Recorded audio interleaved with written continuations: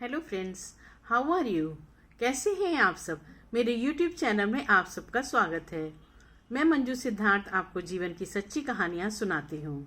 अगर आपने मेरा चैनल सब्सक्राइब कर लिया है तो बहुत अच्छा, और अगर नहीं किया है तो प्लीज़ कर लीजिए। बेल आइकॉन पे भी क्लिक करें जिससे मेरे नए वीडियोस आपको हमेशा मिलते रहें।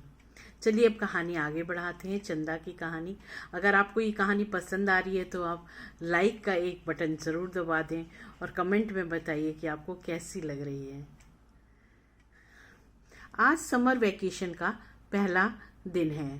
अप्रैल में 20 दिन क्लासेस होने के बाद स्कूल 45 डेज के समर हॉलीडेज के लिए क्लोज हो गया। 5th स्टैंडर्ड के क्लासेस न्यू बिल्डिंग में थी। रूम्स के आगे बड़ी सी खुली छत थी। चंदा और स्वरा को ये नई बिल्डिंग बहुत पसंद आई। गर्मी की छुट्टियों के लिए माँ के कुछ प्लान्स थे। यूपी की गर्मियाँ तो वैसे ही ज़बरदस्त होती हैं। वृंदावन से मासी का फ़ोन आया था कि इस बार गर्मी की छुट्टियाँ सब वृंदावन में ही मनाएं। यह प्लान 1 महीने पहले ही बन गया था। पापा का तो ऑफिस था। पापा ने माँ और बच्चों के टिकट करा दिए। चूंकि दादी नहीं जा सकती थी तो उन्होंने अपनी बेटी जो पास में ही रहती थी, चंदा की बुआ, उनके वहाँ जाने का प्रोग्राम बनाया। 45 डेज का समर वेकेशन था। 30 डेज सब वृंदावन रहेंगे, छुट्टियाँ एंजॉय करेंगे। पापा ने वापसी का टिकट 1 महीने बाद का बनवाया। माँ और सभी बच्चे छुट्टियों की तैयारी में लग गए। समर की कुछ ड्रेसेस बनवाई गईं। गर्मियों में कॉटन ही बेस्ट होता है। माँ ने छांट छांट कर अपनी कॉटन की साड़ी और सूट रखे। मासी और बच्चों के लिए गिफ्ट्स लिए गए। आम और नींबू का अचार जो माँ ने बनाया था उसमें से भी बॉटल्स में भर लिया गया अचार, थोड़ा वहाँ ले जाने के लिए, क्योंकि बच्चों को ये आम का अचार दोनों टाइप का बहुत पसंद है, आम और नींबू दोनों का। माँ ने आलू के पापड़ जो घर पर बनाए थे वो भी पैक कर लिए। आज रात की ट्रेन है। चंदा, ज्योति और स्वरा सब पैकिंग में लगी हैं। माँ ने अपना सूटकेस 1 दिन पहले ही पैक कर लिया था। आज वह किचन में बिजी थी। 1 महीने के लिए जा रहे थे। सामान काफ़ी था। सभी बच्चों का एक एक सूटकेस और एक एक हैंडबैग। रात 8:30 बजे की ट्रेन थी। 7 बजे घर से निकलना था। दादी को लेने बुआ और फूफा जी आ गए थे। चंदा दादी से 1 महीना दूर रहने जा रही थी। दादी की दुलारी चंदा, दोनों में इतना प्रेम था, एक दूसरे से दूर रहना मुश्किल था। दादी को विदा करते समय उसकी आंख में आंसू थे। दादी ने सभी बच्चों को खूब प्यार किया। माँ ने दादी का पैर छूकर प्रणाम किया। जाते समय दादी की आंखें भी नम थीं। सबको उन्होंने हिदायत दी थी ध्यान से जाना और अच्छे से छुट्टियां बिताना। टैक्सी पहुंच गई। सामान डिक्की में रखा जाने लगा। पूरे 8 अदद सामान था। पापा बोले, तुम लोग 1 महीने के लिए जा रहे हो या 1 साल के लिए। सब हंसने लगे। माँ ने डिनर पैक कर लिया था। ट्रेन राइट टाइम थी। 9 बजे तक सब कंपार्टमेंट में सेट हो चुके थे। मंथर गति से ट्रेन स्टेशन को छोड़ रही थी। पापा बाय बाय कर रहे थे। बच्चे भी खिड़कियों से हाथ हिलाकर बाय कर रहे थे।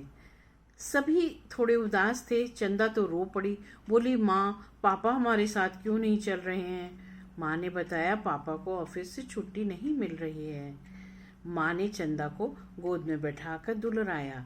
ज्योति और मीरा की आंखें भी भीगी थीं। उधर प्लेटफॉर्म पर वापस जाते पापा पैंट की पॉकेट से रुमाल निकालकर आंखें पोंछ रहे थे।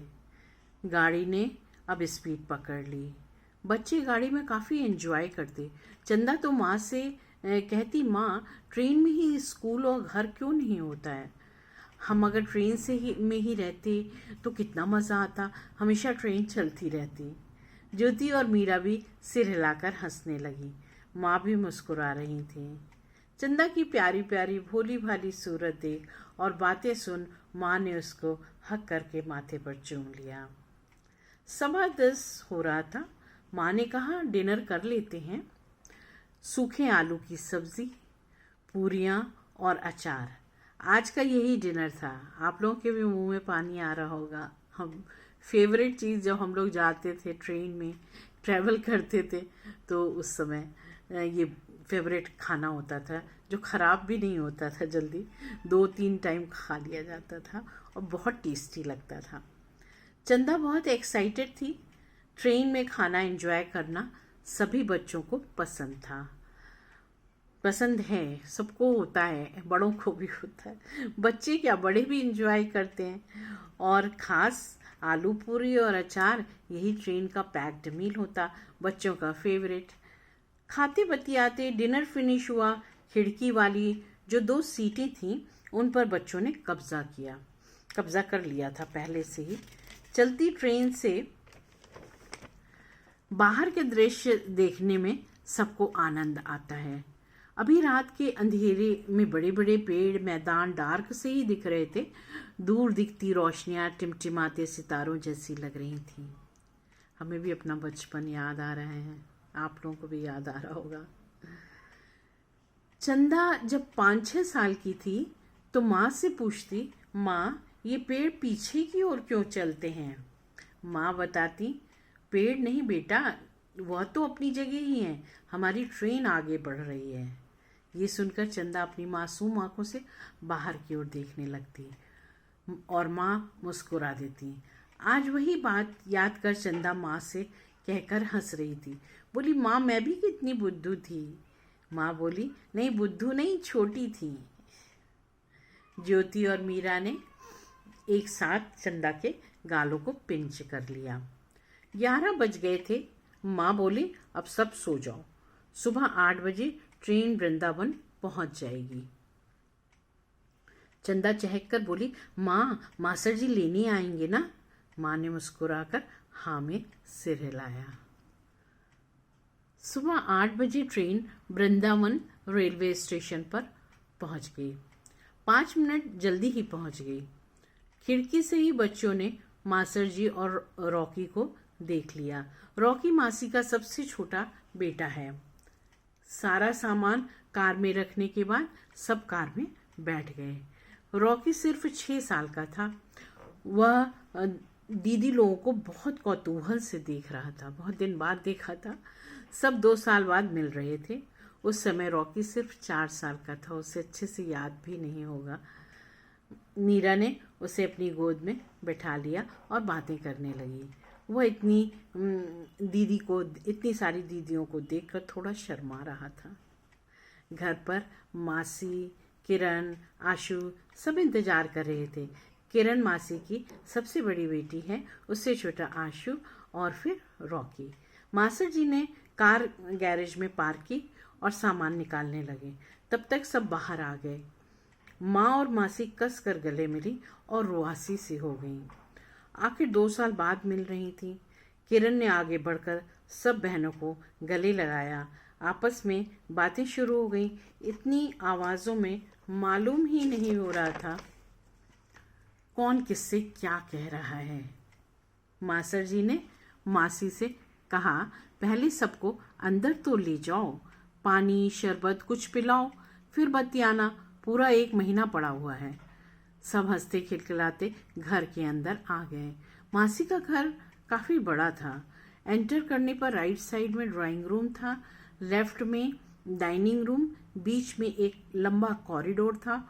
कॉरिडोर के लास्ट में बच्चों का बेडरूम था और दोनों साइड में 1 मास्टर बेडरूम, 1 गेस्ट रूम और 1 किचन का डोर खुलता था। सब ड्राइंग रूम में आकर बैठ गए।